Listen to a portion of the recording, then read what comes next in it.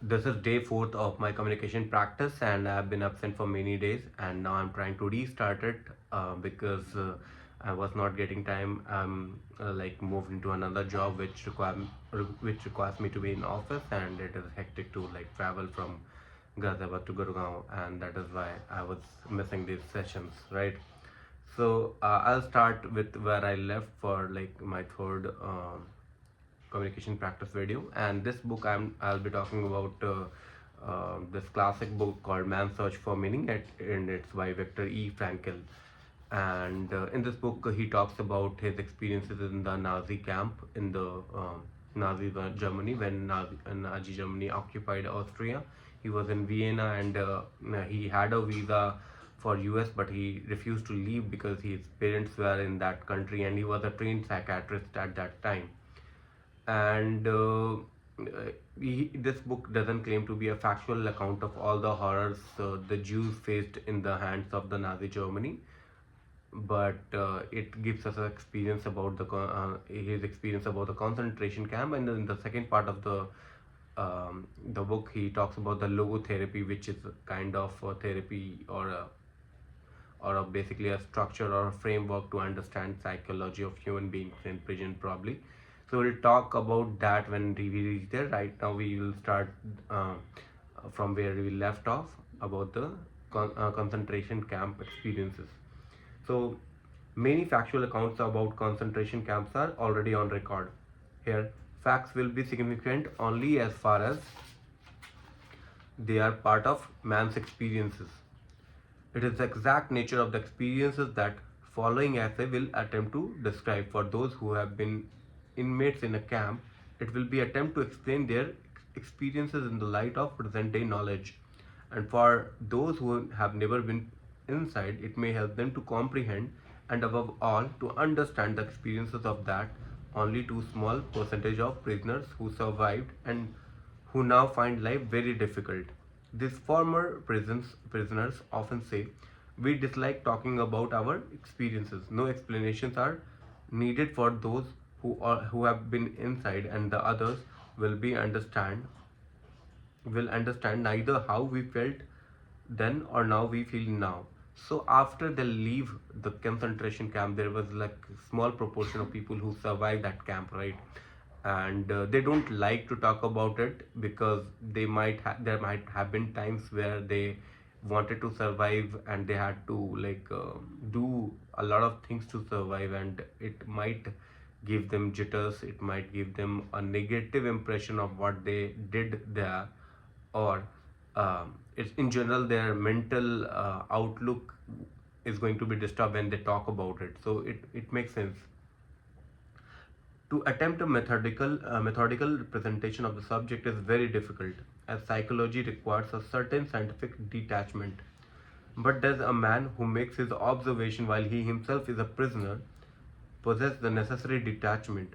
Such detachment is granted to the outsider, but he is too far removed to make a statement of real value.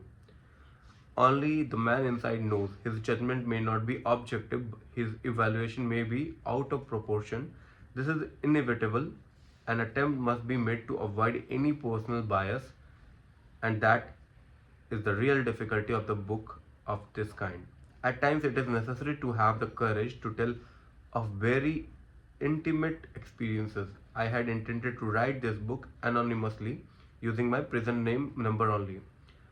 But when the manuscript was completed, I saw that as an anonymous publication, it would be lose half of its value, and that I must have the courage to state my convictions openly.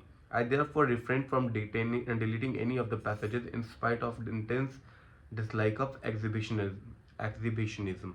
So basically, he talks about if a person writes his experiences in the prison as a prisoner himself, it is kind of difficult to maintain that sort of detachment or third party view because he was in that experience, immersed in that experience, and that is going to create a lot of bias, and he would not be like objective.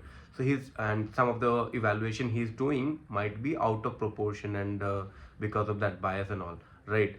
and the author wanted to write this book anonymously, but he later thought that it might lose the value, because if you cannot personify a person who is writing the book, it is difficult to connect, and that is why it might not be uh, have the same value as a person who is in the, you know um, in that experience.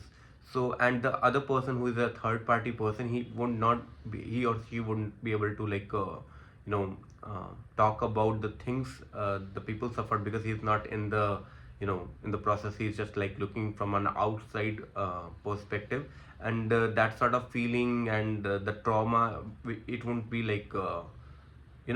they won't be in the same shoe as the person who is like enduring such pain and other things, right?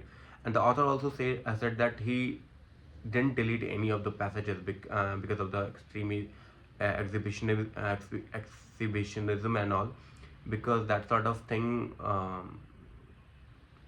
would is actually embarrassing, or probably like discomforting to the person, but still he maintained those sort of paragraphs in spite having a huge dislike to that sort of phases in the prison, right?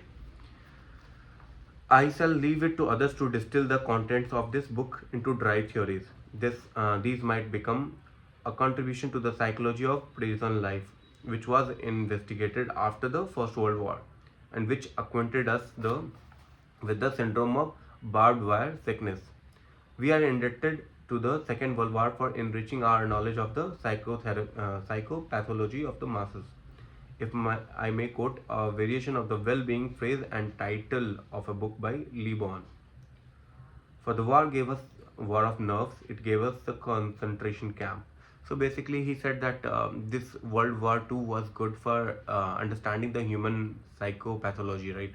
Because it gives us barbed wire sickness, a sort of external stressor or stimulus that caused to the advancement of the psychological knowledge up, like, because it gave us extreme situations, it gave us concentration camps and other things, right?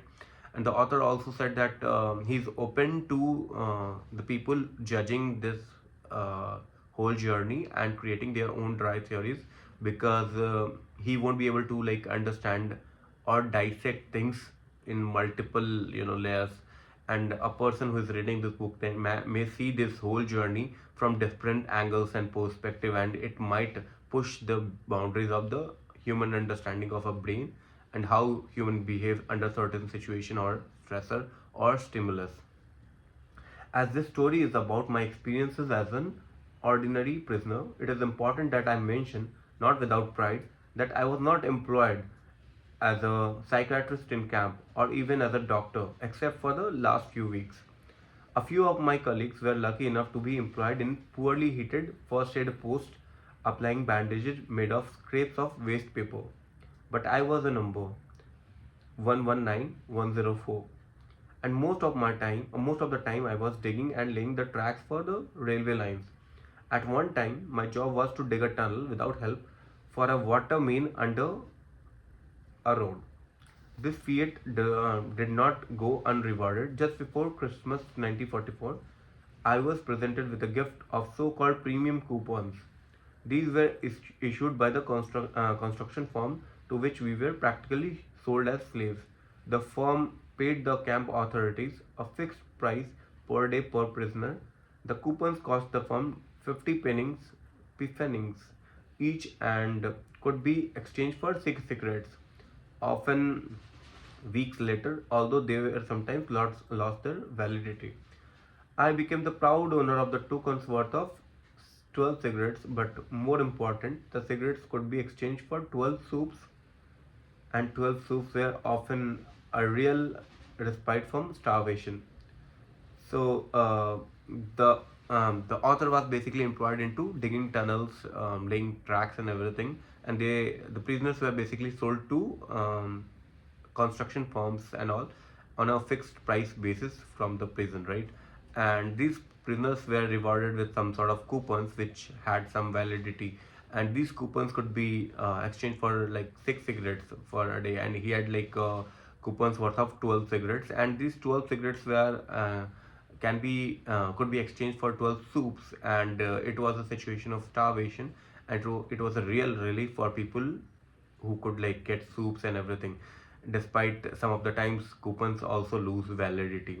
It's a interesting thing that people were like smoking during those stress times, but yeah, we look for alcohol or cigarettes instead of food in times of extreme situations. The privilege of actually smoking cigarettes was reserved for the capo, who had this assured quota of weekly coupons, or possibly for a prisoner who worked as a foreman in a warehouse or workshop and received a few cigarettes in exchange of doing dangerous jobs. The only exceptions to these were those who had lost the will to live and wanted to enjoy their last days. Thus, when we saw a comrade smoking his own cigarette, we knew he had given up faith in his strength to carry on, and once lost the will to live seldom returned. So most of the time, people smoked were the capos, the head people who were like a supervisor, and they had a weekly quota of cigarettes and all, right. And the other people who smoked were basically foremen or doing dangerous jobs, and they were given cigarettes in exchange or coupon in exchange of the dangerous things they did, like or like the exceptional things they were doing. Apart from these, there were few exceptions. People like smoking cigarettes who lost the will to live, and they were like enjoying their final days in the concentration camp. And once people saw these people who were smoking cigarettes, they understood that the people want to die is given up on life, and once their will is like not there to live, they often didn't survive. So it's a kind of situation you can understand how things worked inside the prison. And yeah, it is an interesting read, and we'll give it a go again, like we'll finish this book in this readings and all.